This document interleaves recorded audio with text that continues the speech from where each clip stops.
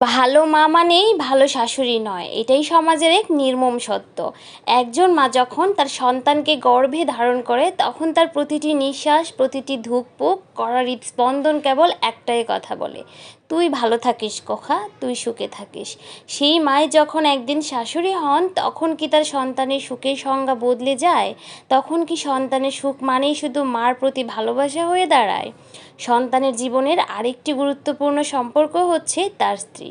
কেন তখন কিছু মায়েরা সেই সত্যিটা মেনে নিয়ে সহ্য করতে পারে না? একটা মেয়ে শ্বশুরবাড়িতে আসে বুক ভরা স্বপ্ন নিয়ে। সে ভাবে যাকে ভালোবাসে সারা জীবন একসঙ্গে কাটানোর জন্য বেছে নিয়েছে তার পরিবারটাও তাকে ভালোবাসবে। সে ভাবে সে আরেকটা মা পাবে যে তাকে স্নেহের ছায়ায় আগলে রাখবে। কিন্তু যদি সে সেখানে ভালোবাসার বদলে নির্মমতা পায়, স্নেহের বদলে কটাক্ষ পায়, আশ্রয়ের বদলে অবহেলা, একটা মেয়ে তার শ্বশুরবাড়িতে নিজের সমস্ত অস্তিত্ব ছেড়ে সেখানে নতুন করে বাঁচতে আসে। কিন্তু কিছু শাশুড়ি কেন তার সেই নতুন জীবনের প্রতিটা মুহূর্ত বিষিয়ে তোলেন? ছেলের বউয়ের একটু হাসিও যেন কারো কারো গায়ে জ্বালা ধরায়। কেন মনে হয় ছেলের বউ সুখে থাকলে তার ছেলে তার কাছ থেকে দূরে সরে যাবে? একজন মা যদি সত্যিই তার সন্তানের সুখ চান তবে তিনি ছেলের বউকে তার প্রতিদ্বন্দ্বী ভাববেন না, বরং তার সন্তানের সুখে সঙ্গী ভাববেন। মা ভুলে যান ছেলের বউকে ছোট করতে গেলে ছেলের জীবনটাই ছোট হয়ে যায়। আচ্ছা, যদি মেয়ে সুখের জন্য তার সমস্ত ভালোবাসা মেয়ে জামাইকে উজাড় করে দিতে পারে, তবে ছেলের বউয়ের ক্ষেত্রে কেন সেই নিয়মটা বদলে যায়?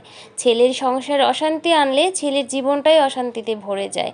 এটা কেন শাশুড়ি মায়েরা বুঝতে পারে না? ছেলের বউয়ের সুখ কেড়ে নিয়ে সেই মা আসলে কতটা সুখে থাকতে পারেন? একটা মেয়ে তার বাবা মা, আপন ভিটে, শৈশবের স্মৃতি সব ছেড়ে নতুন একটা পরিবারে আসে কেবল একটা সুখের সংসারের আশায়। তার কাছে শাশুড়ি মানে শুধু তার স্বামীর মা নয়, বরং তারও মা।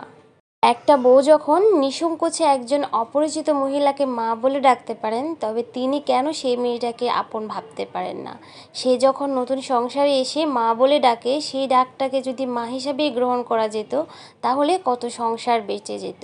বিয়ের পর থেকে একটা মেয়ের সব রকমের খুশিগুলো কেড়ে নিয়ে তার আনন্দের মুহূর্তগুলো বিষিয়ে দিয়ে তাকে অর্ধমৃতের মতো বাঁচিয়ে রেখে বৃদ্ধ বয়সে সেই মেয়েটার কাছে সেবা আশা করাটা নিতান্তই হাস্যকর। ভালো মারা সব ভালো শাশুড়ি হয়ে যাক, কোনো মেয়ের মুখে যেন শ্বশুরবাড়ির কষ্টের গল্প না থাকে।